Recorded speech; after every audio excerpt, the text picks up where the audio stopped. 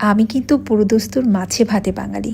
আমাদের বাসায় যখন মাছে রান্না হয়, বিশেষ করে এই পাবদা মাছ, উফ, পাবদা মাছের ঝোল আমার মা এত ভালো বানায় যে শুধুমাত্র এই মাছের ঝোল দিয়েই আপনি পুরোপুরি 1 প্লেট ভাত খেয়ে ফেলতে পারবেন।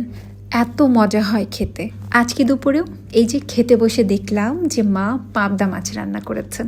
পাবদা মাছের ঝোল দিয়ে ভাত খেতে এত যে ভালো লাগছিল, কি বলবো। তেল, মশলা, লবণ সমস্ত কিছু একদম পারফেক্ট।